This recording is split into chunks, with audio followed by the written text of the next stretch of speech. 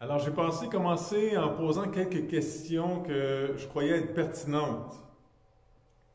Donc, la première question, où est Dieu dans la crise qu'on est en train de vivre? Est-ce que Dieu nous a juste laissé de côté, Dieu est parti comme ça, nous a laissé tout seuls avec cette crise-là? Mais je pense que non. Je pense que Dieu est là encore, que Dieu est encore en train de faire quelque chose. Il ne nous a pas abandonnés. Alors que nous, on a hâte au moment où est-ce que les choses vont redevenir comme avant. Est-ce que c'est possible que Dieu, lui, veuille que l'Église ne soit plus jamais comme avant? Est-ce que ça se peut que dans son bon plan, il a pensé à ce que l'Église serait différente après la crise qu'on est en train de vivre? Je pense que c'est possible que ce soit ça l'idée, que ce soit ça son plan. Cette semaine, un confrère partageait qu'on a peut-être enseigné aux membres de nos églises de faire confiance au dimanche matin plutôt qu'au Seigneur Jésus. Et ce qu'il voulait dire, c'est que plusieurs personnes, leur vie spirituelle de la semaine se passe le dimanche matin et après, très peu. Et peut-être qu'on a besoin de réaliser avec ce qu'on est en train de vivre qu'il y a du ministère qui doit prendre place durant la semaine aussi. On doit prendre soin les uns des autres, être en contact les uns avec les autres durant la semaine aussi. Quelqu'un d'autre encore cette semaine a dit que de vivre la vie d'Église sans nos dimanches matins, c'est un peu comme de jouer aux échecs et de perdre la reine au deuxième tour, la pièce la plus importante, et d'apprendre à jouer sans la reine, sans la pièce la plus importante. C'est intéressant. On développe des nouvelles stratégies, on pense autrement. Dernièrement, suite à certains échanges avec différentes personnes de l'Église, je me suis posé une question qui est très importante. Qu'est-ce qui nous différencie du monde dans lequel nous vivons? Les paroles de Jésus, dans l'intimité d'un moment de prière à la veille de sa mort sur la croix, sont fascinantes. Dans l'Évangile de Jean, au chapitre 17, au verset 6, dans ce moment d'intimité entre Jésus et son Père, Jésus dit, « J'ai fait connaître ton nom aux hommes que tu m'as donnés du milieu du monde. » Et plus loin, au verset 12, la prière continue. Jésus dit, « Lorsque j'étais avec eux dans le monde, je les gardais en ton nom. J'ai gardé ceux que tu m'as donnés et aucun d'eux ne s'est perdu, sinon le fils de perdition, afin que l'Écriture soit accomplie. Et maintenant je vais à toi et je dis ces choses dans le monde, afin qu'ils aient en eux ma joie parfaite. Je leur ai donné ta parole et le monde les a haïs parce qu'ils ne sont pas du monde, comme moi je ne suis pas du monde. Je ne te prie pas de les ôter du monde, mais de les préserver du malin. Ils ne sont pas du monde comme moi, je ne suis pas du monde. Sanctifie-les par ta vérité. Ta parole est la vérité. Comme tu m'as envoyé dans le monde, je les ai aussi envoyés dans le monde. Et je me sanctifie moi-même pour eux, afin qu'eux aussi soient sanctifiés par la vérité. Jean 17, les versets 6 et les versets 12 à 19.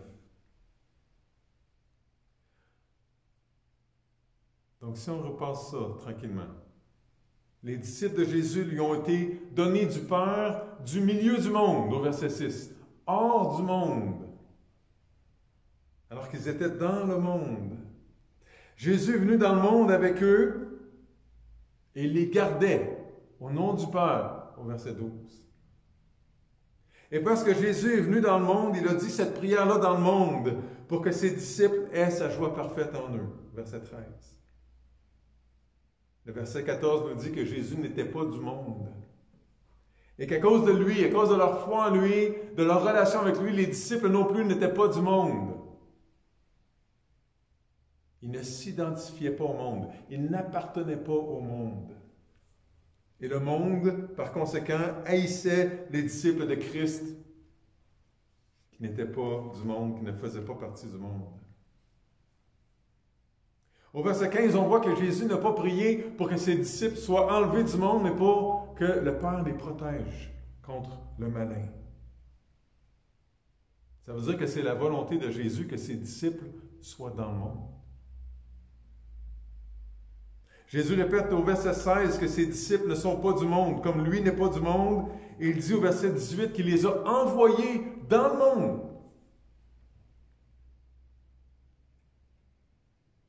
Mais au verset 17 et au verset 18, la requête de Jésus à son Père, c'est que ses disciples soient sanctifiés, rendus propres, identifiés comme étant différents du monde, comme étant spéciaux, comme étant réservés pour l'usage spécial que Dieu voulait bien faire d'eux.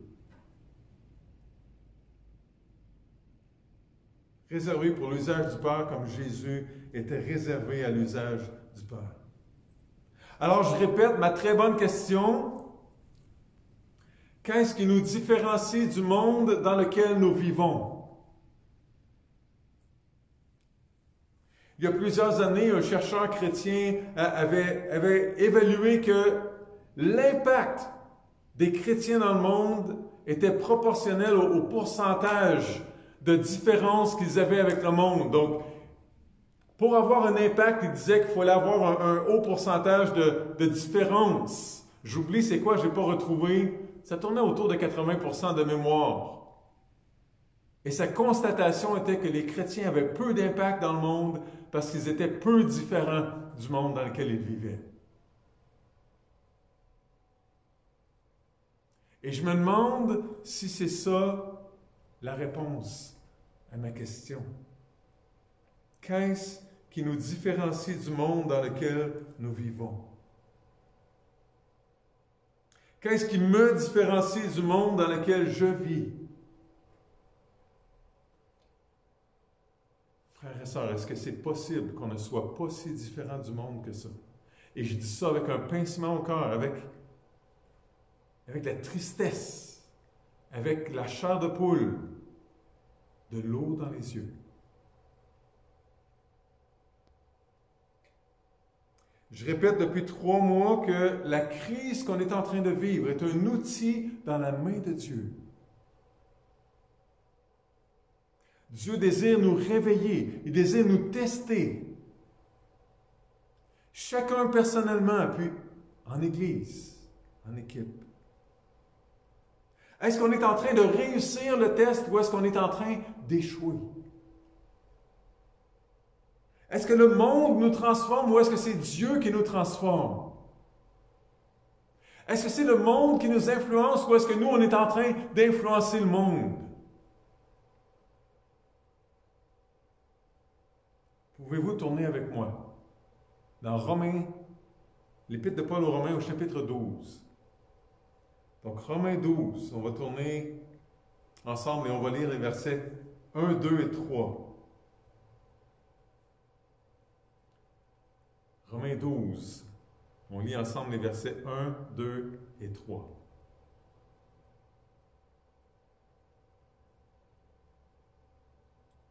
J'assume que vous êtes rendus et qu'on peut lire ensemble. Je vous exhorte donc, frères, par les compassions de Dieu, à offrir vos corps comme un sacrifice vivant, saint, agréable à Dieu, ce qui sera de votre part un culte raisonnable. Ne vous conformez pas au siècle présent, mais soyez transformés par le renouvellement de l'intelligence, afin que vous discerniez quelle est la volonté de Dieu, ce qui est bon, agréable et parfait.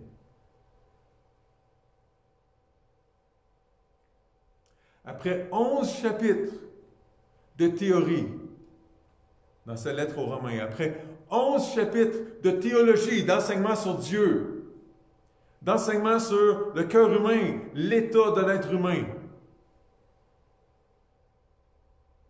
Paul parle de la pratique. Paul vient de dire que tous sont pécheurs et qu'à cause du péché, tous sont séparés de Dieu. Il vient de dire que seulement par la foi, on peut recevoir la justice de Dieu, le pardon de nos péchés, la réconciliation avec lui. Seulement par la foi dans le sacrifice de Christ.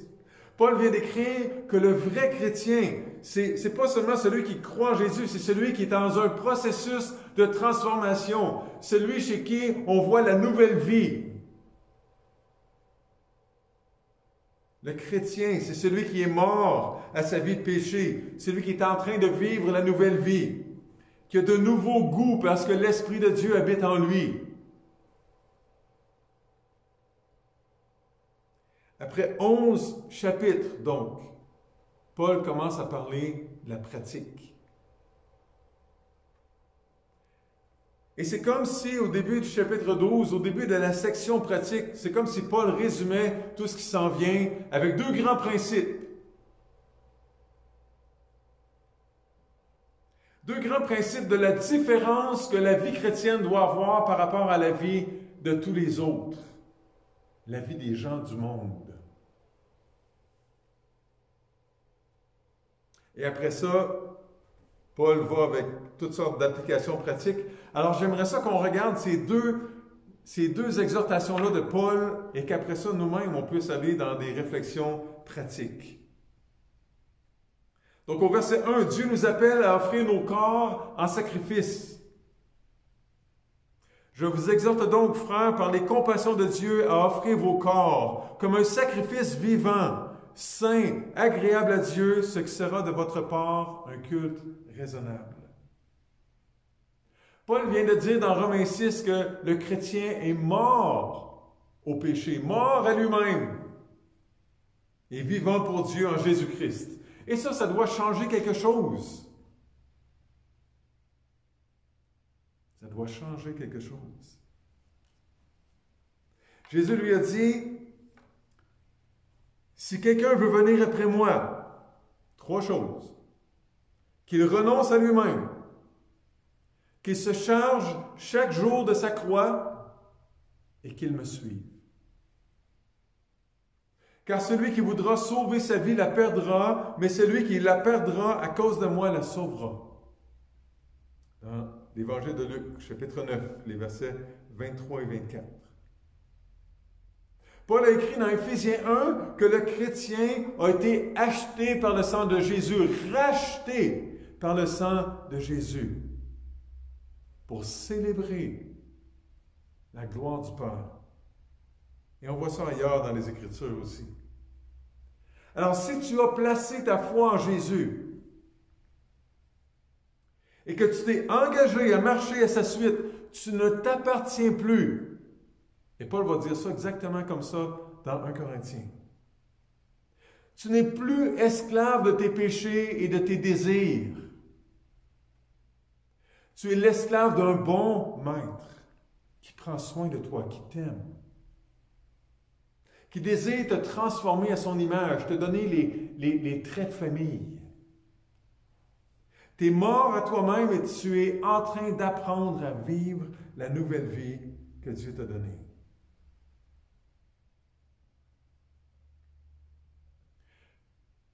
Quand c'est clair pour moi que ma vie n'est pas à propos de moi, je suis prêt à faire des sacrifices, à sacrifier mon corps, à mourir à moi-même. Mais quand j'oublie que je ne m'appartiens plus, quand j'oublie que je sers quelqu'un d'autre que moi, un bon maître, qui prend soin de moi, qui m'aime.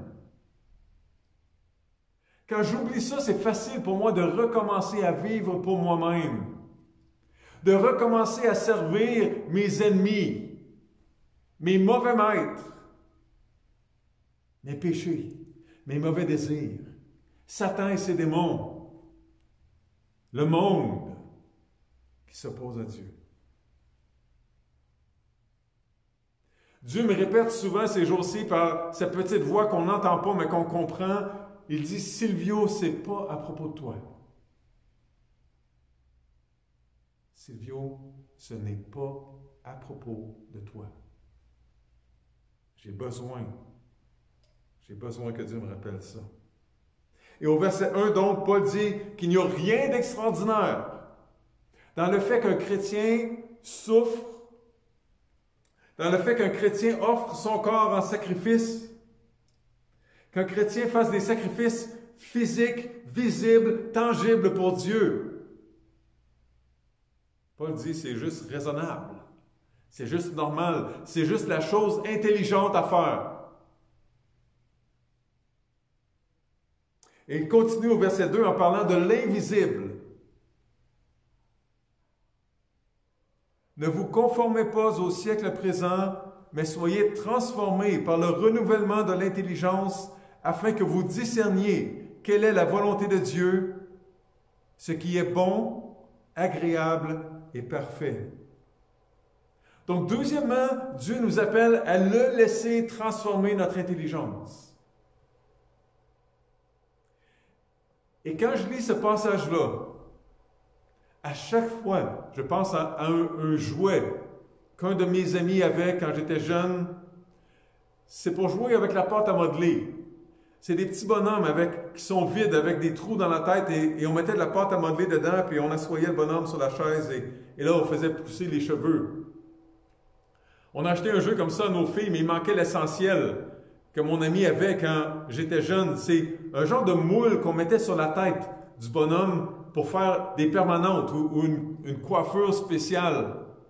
Le moule faisait que la pâte à modeler prenait une forme particulière pour représenter les cheveux.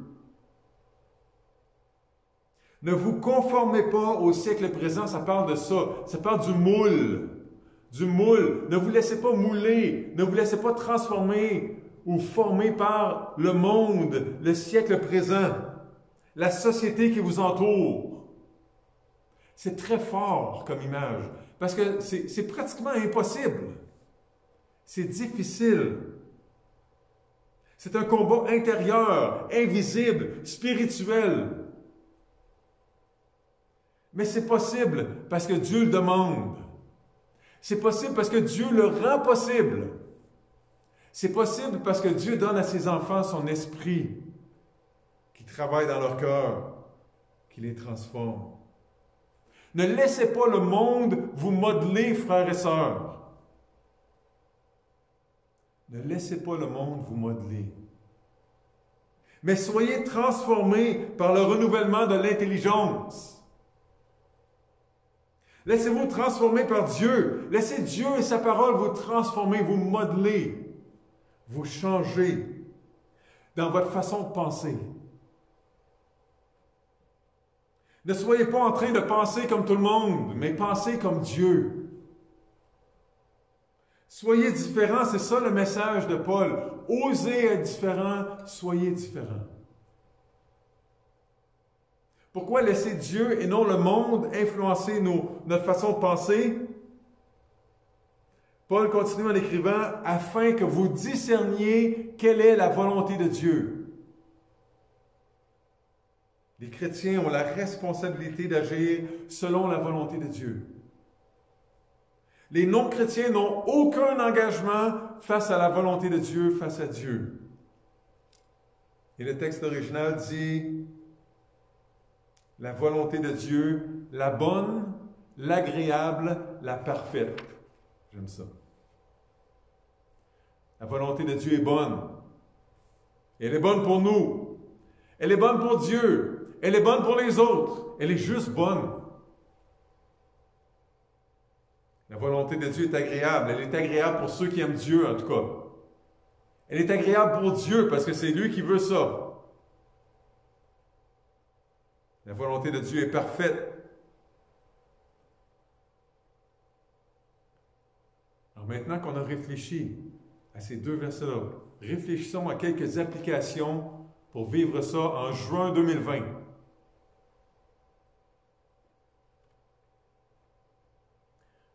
Frères et sœurs, vous êtes au courant qu'on est dans une guerre spirituelle. Je sais que vous êtes déjà au courant, mais je le répète. Frères et sœurs, on est dans une guerre spirituelle. La parole de Dieu dit qu'on n'a pas à lutter contre la chair et le sang. On n'a pas à se battre contre des personnes en chair et en os. Non, non, non, il y a une autre guerre qui est en train d'avoir lieu maintenant.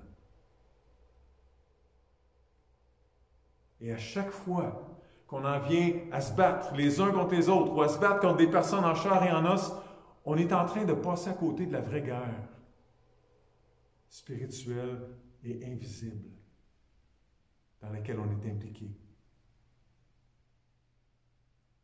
À chaque fois qu'on en vient au point de nous concentrer sur un combat purement humain ou horizontal,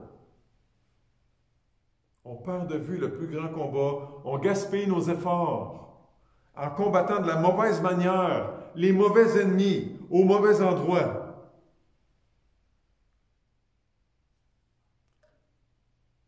Est-ce que je suis d'accord avec toutes les décisions qui sont prises par nos autorités? Je suis pareil comme vous. Bien sûr que non. Bien sûr que non. J'aimerais ça aller m'asseoir, prendre un café à 2 mètres de distance avec mes 2 premiers ministres et jaser un petit peu avec eux autres. Mais ce qui arrive, c'est que c'est eux autres qui ont cette responsabilité-là de diriger, puis c'est pas moi. Et dans le contexte où est-ce qu'on vit, je dois me poser la question, qu'est-ce que Dieu désire de moi?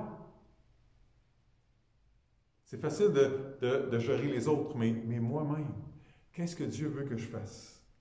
Les gouvernements sont pleins d'incohérences. Le temps manque pour les nommer. J'en avais écrit, mais je n'ai pas le temps. On voit des incohérences dans les décisions, des contradictions. Mais savez-vous quoi? Ça ne change rien. Ça ne change rien. Les enfants ont la responsabilité de coopérer avec leurs parents, même si leurs parents sont imparfaits, injustes, incohérents. Les employés chrétiens ont la responsabilité de coopérer avec leurs patrons, même si les patrons sont mauvais, pleins d'incohérences, d'injustice. Ça ne change rien. Les concitoyens chrétiens ont la même responsabilité envers leur gouvernement, imparfait, incohérent, injuste. Pourquoi? Parce que Dieu est là, parce qu'on connaît Dieu, parce qu'on est connu de Dieu, parce qu'on est habité par Dieu. C'est pour ça. On a la responsabilité d'être différent. Parce que Dieu nous a rendus différents. On a la responsabilité de voir les choses différemment parce qu'on n'est pas du monde. Dieu nous a sortis du monde. Il nous a laissés dedans, mais il nous protège. Et il veut que nous, on influence le monde. On a besoin de réfléchir à ce que la parole de Dieu nous demande, puis la parole de Dieu nous demande d'être lent à parler. Et non pas de parler en réagissant à nos émotions. Il nous demande d'être patient, il nous demande de faire confiance à Dieu, de ne pas prendre la justice entre nos mains. Il nous demande d'être nuancé, de parler selon la vérité. Seigneur, qu'est-ce que tu veux que je fasse? C'est quoi ta volonté, la bonne, l'agréable, la parfaite pour moi? J'aimerais vous proposer quelques comportements que les chrétiens devraient avoir pour être différents ou parce qu'ils sont différents du monde. Premièrement, Dieu veut que je cherche à voir ce qu'il est en train de faire et à travailler avec lui. Le monde cherche à voir ce que les autres humains sont en train de faire. Mais nous cherchons à voir ce que Dieu est en train de faire. Dieu est en train d'accomplir sa bonne, agréable et parfaite volonté maintenant. Il est en train de faire ça, là. C'est pas pour plus tard, c'est maintenant. Dieu est en train de faire réfléchir plusieurs personnes aux choses invisibles, aux choses plus importantes, aux choses éternelles et spirituelles. Gloire à Dieu pour ça. Dieu est en train de transformer son Église pour que les membres de son Église soient encore plus en mesure de prendre soin les uns des autres, parce qu'ils réfléchissent en dehors du cadre habituel. Dieu est en train de transformer son Église pour que ses membres soient en train de développer une relation encore plus solide avec Christ à travers ces moments-là qu'on est en train de vivre. J'espère que vous voyez ça. C'est encourageant au maximum. Gloire à Dieu pour ça. Dieu est en train de soumettre chacun de ses enfants à un test.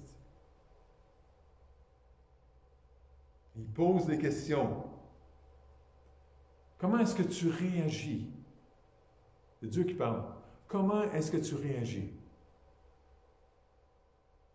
Comment est-ce que tu réfléchis?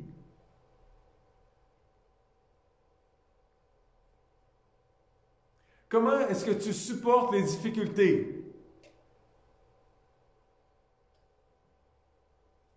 Dieu dit, comment est-ce que tu te comportes? Est-ce que tu fais appel à moi? Est-ce que tu agis comme si j'étais là parce que je le suis?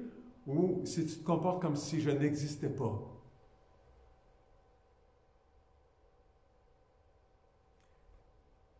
Dieu s'attend à ce qu'on cherche à voir qu'est-ce qu'il fait, puis qu'on travaille avec lui. Deuxièmement, Dieu veut qu'on soit patient.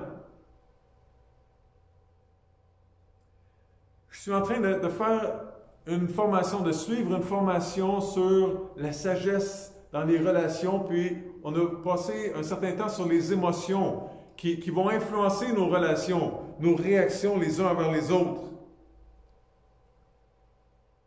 Saviez-vous ça? Que la partie de notre cerveau qui gère les émotions réagit beaucoup plus vite que la partie qui réfléchit. Donc souvent, par les émotions, on va avoir une réaction très rapide à laquelle on ne réfléchira même pas. C'est juste une réaction rapide comme ça. Comme si nos émotions vont pirater ou faire dérailler le raisonnement ou aller plus vite en tout cas. Par exemple, on est très dur avec Pierre qui a renié le Seigneur Jésus 3 fois, mais mettez-vous à la place de Pierre. Celui qui est devenu son meilleur ami, son maître, vient de se faire arrêter, s'en va être condamné, probablement à la mort, pour être battu puis crucifié. Puis là, lui, quelqu'un le voit puis dit « Hey, toi là, je le sais, tu es un de ses amis. » Hey, Pierre, il n'a jamais réfléchi à sa réponse. Là. C'est sorti tout seul. « T'es-tu fou, toi, jamais de la vie, je ne connais pas ce gars-là. » C'est les émotions. Il est en train de sauver sa peau, là, Pierre, 3 fois. Plus tard, dans le livre des Actes, Pierre est en prison, il est libéré miraculeusement, alors il s'en va à la maison où est-ce que plusieurs de ses amis sont réunis et sont en train de prier pour lui. Cogne à la porte, une jeune fille répond, les émotions encore. Elle fait quelque chose de vraiment fou, elle ferme la porte au nez de Pierre, puis elle s'en va dire aux autres que Pierre est là à la porte. C'est les émotions, les émotions ont pris contrôle. On est comme ça. On est fait comme ça. C'est important de le savoir. Comme un réflexe. Ça se fait tout seul. Un réflexe, c'est une réponse du système nerveux sans que ça aille au cerveau. Si on cogne sur le genou au bon endroit, la jambe lève sans que le cerveau ait son mot à dire là-dessus. Ça passe par la colonne vertébrale, la moelle épinière. Ça ne monte jamais au cerveau. Mais on dirait qu'il y a plusieurs personnes ces jours-ci qui répondent par réflexe, sans que ça passe par le cerveau. Juste l'émotion. Puis on en a des émotions, là. Depuis 3 mois qu'on a envie des émotions. On est tous tannés, fatigués, irrités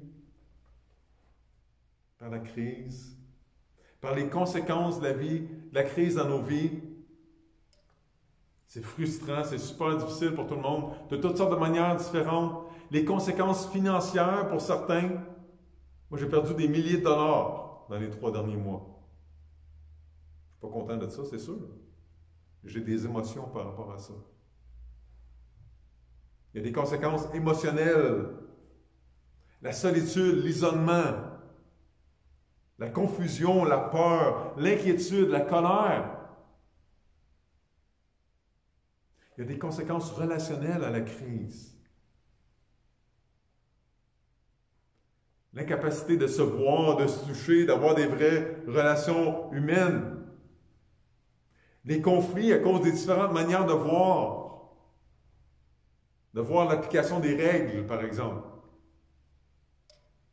De voir le virus, de voir le rôle du gouvernement. Et là, ça amène des tensions. Tout le monde a son opinion. Et plus que le temps passe, plus que cette opinion-là est forte.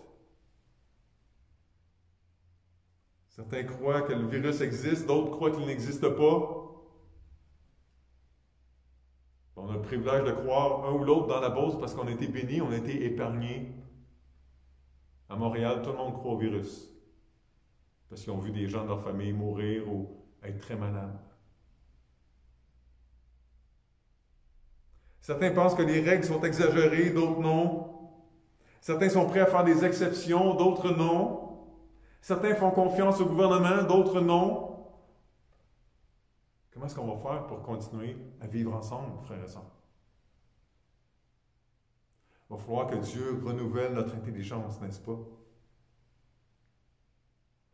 Il va falloir qu'on se mette à penser différemment du monde. Sinon, on ne survivra pas. Il va falloir qu'on commence à mourir à nous-mêmes ou qu'on continue. Qu'on laisse cette opportunité-là être une opportunité de croissance, puis que ça nous amène à mourir à nous-mêmes, puis à être tournés vers Dieu, puis vers les autres. Il va falloir qu'on discerne la bonne, l'agréable et parfaite volonté de Dieu, n'est-ce pas? Il va falloir qu'on soit patient. Qu'on ne réponde pas tout de suite. Qu'on réfléchisse. Qu'on ne réagisse pas juste par réflexe ou par émotion. Il faut qu'on soit patient. Le monde est impatient, mais les disciples de Christ doivent être patients. Le monde est pressé et on vit dans l'instantané. Tu envoies un texto à quelqu'un, puis s'il n'a pas répondu dans 30 secondes, tu commences à t'irriter. C'est comme ça. On est loin du temps des pigeons voyageurs. Hein? Tout le monde est pressé. Mais on va devoir prendre le temps de s'écouter les uns les autres, de comprendre les autres, de réfléchir. On a tous hâte au moment où est-ce qu'on va revenir ensemble pour louer le Seigneur, mais ça va prendre du temps. Il va falloir qu'on soit patient. J'ai lu dans Proverbe 14 cette semaine, je trouvais ça fantastique. Je pense que Dieu a mis ça dans les Écritures spécialement pour les années qu'on vit avec les médias sociaux. Écoutez ça. Proverbe 14, verset 15. L'homme simple croit tout ce qu'on dit, mais l'homme prudent est attentif à ses pas. Le sage a de la retenue et se détourne du mal, mais l'insensé est arrogant et plein de sécurité. Celui qui est prompt à la colère fait des sottises, et l'homme plein de malice s'attire la haine. Proverbe 14, verset 15 à 17. Tout ça pour dire que Dieu veut que je sois patient. Ça, c'est la volonté de Dieu. Troisièmement, Dieu veut que j'aime les autres et que je dise la vérité avec amour. Le monde cherche ses propres intérêts. Les disciples de Christ doivent avoir à cœur les intérêts des autres. Le monde saute aux conclusions et soupçonne le mal. Les disciples de Christ doivent être réfléchis et ne pas soupçonner le mal. Le monde tord la vérité et exagère, mais les disciples de Christ doivent dire la vérité avec amour. Et j'ajouterai avec nuance, mais on va en parler un petit peu plus tard. Quand dans un couple, un des deux commence à dire à l'autre, tu fais toujours ci, tu fais jamais ça. Oh, là c'est dangereux, n'est-ce pas? C'est dangereux parce que c'est des accusations qui ne sont pas vraies. C'est une exagération qu'on dit quand on est irrité puis qu'on déborde d'une émotion ou d'une autre, aussi mauvaise l'une que l'autre. C'est pas un langage réfléchi puis vrai. Donc c'est pas vrai puis ça manque d'amour. Alors quand on se met à dire des toujours ou des jamais face à nos gouvernements ou à n'importe quoi d'autre, souvent c'est exagéré. Souvent c'est pas vrai. Souvent c'est un débordement d'émotions puis on devrait peut-être juste garder silence puis réfléchir encore un petit peu.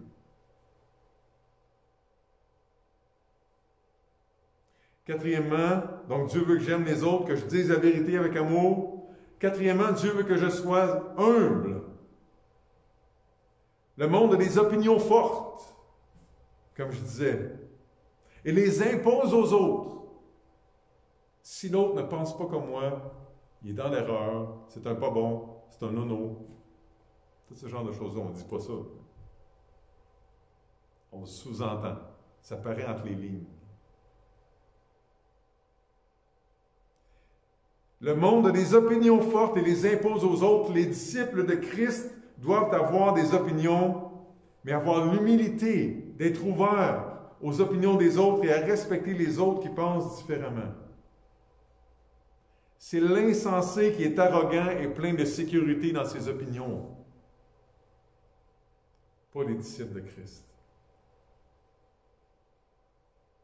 Il y a ceux qui sont pour les masques, il y a ceux qui sont contre les masques. Il y a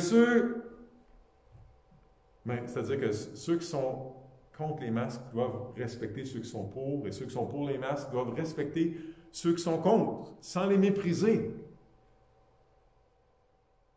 Avoir un petit peu d'humilité dans nos opinions.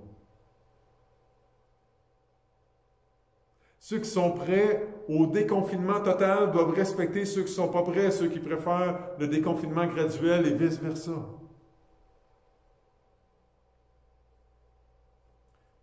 Frères et sœurs, si on veut survivre comme Église,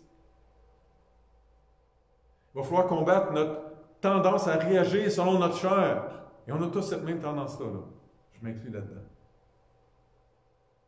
Il va falloir combattre notre tendance à réagir selon nos désirs pécheurs, puis il va falloir qu'on prenne le temps de réfléchir. Il va falloir qu'on considère les autres. Il va falloir qu'on soit patient les uns avec les autres. Éviter le mépris qui est tellement facile ces jours-ci. En fait, si on croit tout ce qu'on lit sur Internet, tout le monde est un spécialiste du coronavirus. Peut-être qu'on pourrait se garder une petite gêne, vu que c'est relativement nouveau. Peut-être qu'on devrait mettre en pratique Romains 12, le verset 3 qu'on a lu tout à l'heure. Par la grâce qui m'a été donnée, je dis à chacun de vous de n'avoir pas de lui-même une trop haute opinion, mais de revêtir des sentiments, des pensées modestes, selon la mesure de foi que Dieu a départie à chacun. Je sais que ça va à l'encontre du monde. C'est pas comme ça que le monde en général pense. Mais nous, on a la responsabilité de chercher et de faire la volonté de Dieu. On a la responsabilité d'écouter, d'être lent à parler, d'être lent à la colère. Le plan de déconfinement du gouvernement n'est pas parfait. Puis savez-vous quoi? Même s'il était parfait, on ne serait pas d'accord avec quand même. Alors le plan de déconfinement qu'on va vous proposer pour l'Église, il ne sera pas parfait. Je vous le dis d'avance. Mais on va faire de notre mieux pour avoir un plan, puis il va falloir que vous soyez indulgents envers nous, puis que vous coopériez avec nous là-dedans, parce que tout n'est pas noir ou blanc. Cinquièmement, qu'est-ce que Dieu veut qu'on fasse? Bien, Dieu veut qu'on se sacrifie pour les autres. Mettons que tu as raison de penser que les masques sont totalement inutiles. Mettons que tu as parfaitement raison.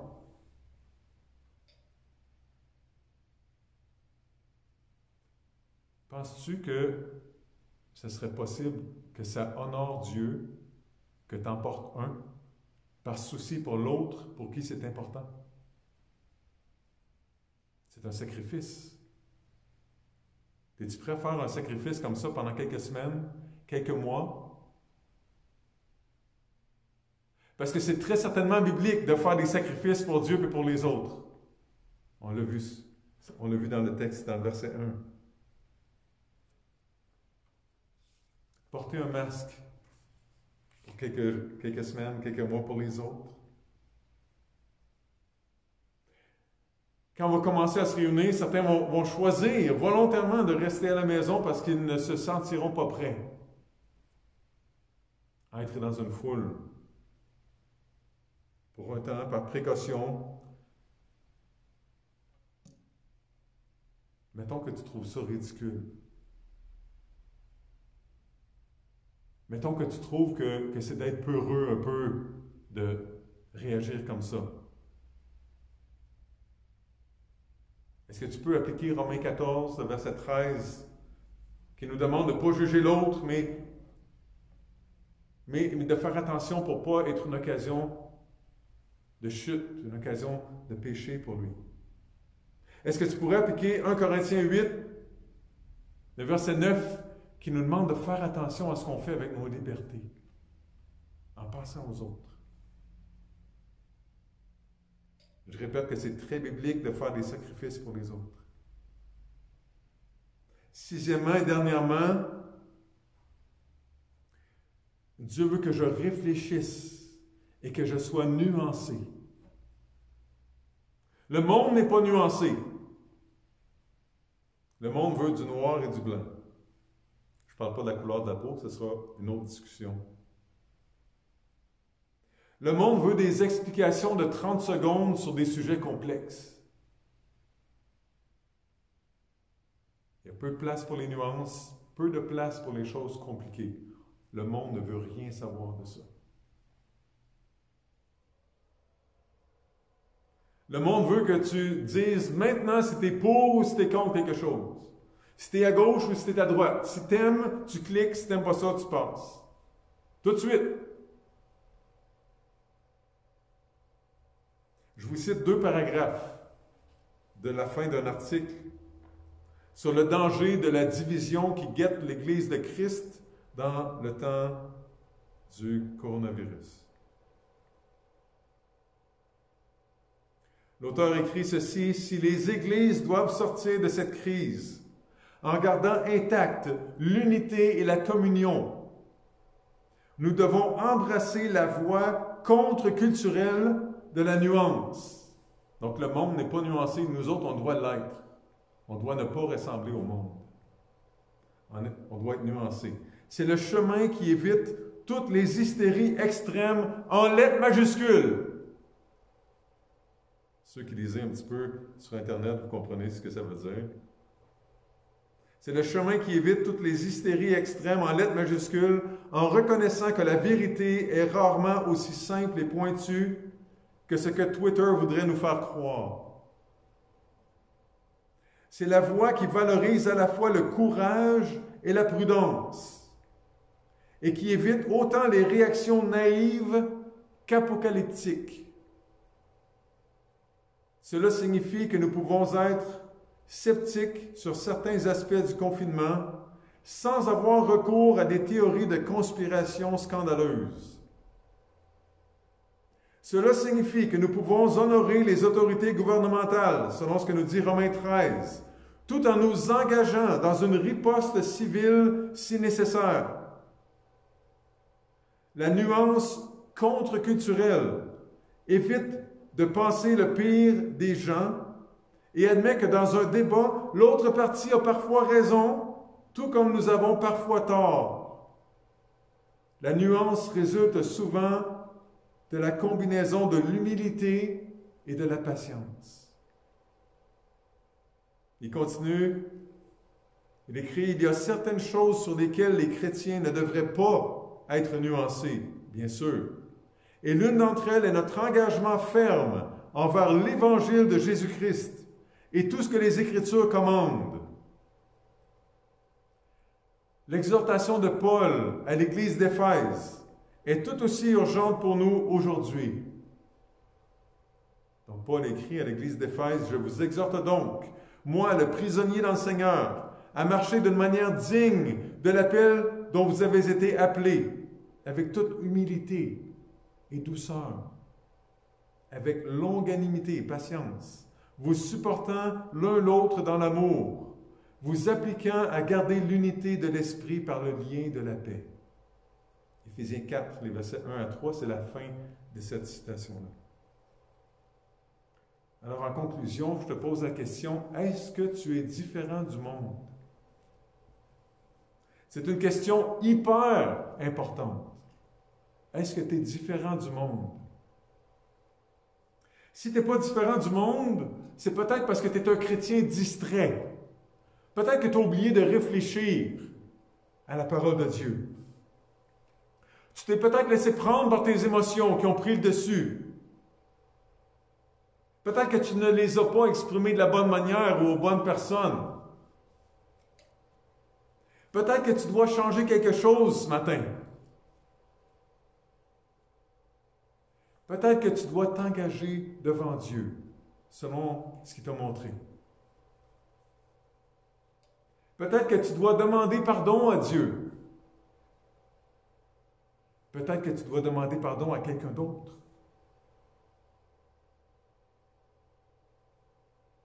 Si tu n'es pas différent du monde, c'est peut-être parce que tu es un chrétien distrait.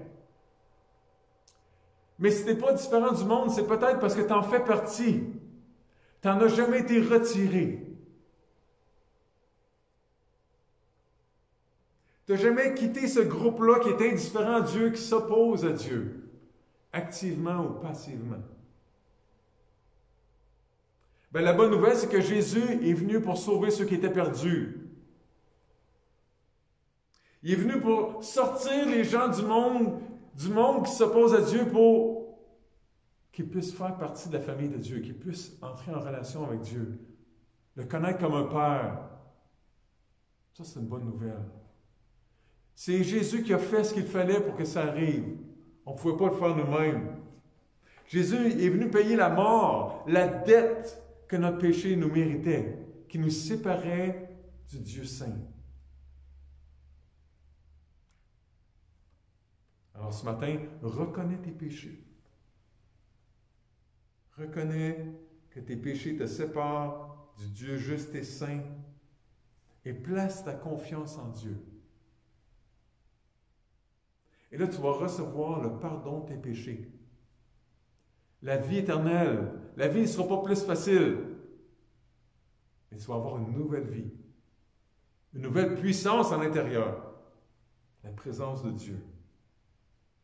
L'Esprit de Dieu. Tu vas recevoir Jésus en cadeau avec cette nouvelle vie-là. Une nouvelle vie que personne dans le monde peut t'offrir. Et là, tu vas commencer à goûter à cette nouvelle vie-là puis à être transformé parce que tu vas avoir une nouvelle vie. Choisis Jésus. Fais confiance à Jésus. Et frères et sœurs, nous qui sommes chrétiens, déjà, l'exhortation reste la même. Choisis Jésus. Dans les tourments qu'on est en train de vivre, fais confiance à Jésus. Prions ensemble.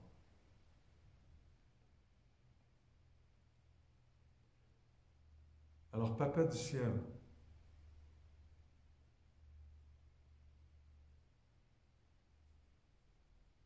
je m'identifie aux paroles de Paul qui disait qu'on était comme les autres.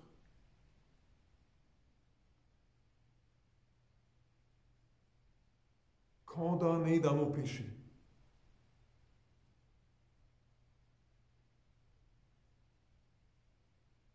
mais gloire soit rendue à toi.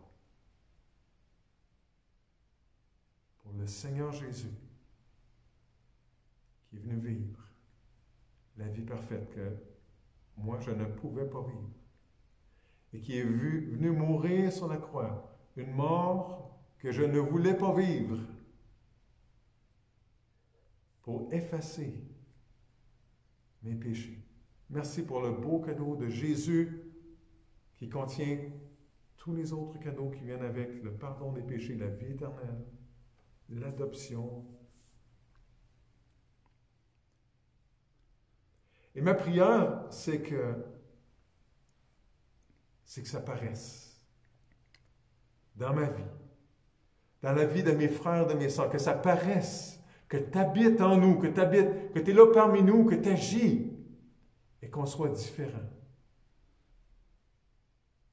qu'on soit attirant, comme le Seigneur Jésus était attirant, et que d'autres puissent venir à te connaître, puis à placer leur confiance en Jésus, puis à se laisser transformer eux aussi. Seigneur, s'il te plaît, aide-nous à détecter et à combattre la folie d'agir comme tout le monde. Et qu'on soit en train de réfléchir à toi, à ce que tu as fait pour nous, à ce que tu veux pour nous, à ta volonté, la bonne, l'agréable et parfaite. Utilise-nous pour l'accomplir, s'il te plaît. Au nom de Jésus, ton Fils. Amen.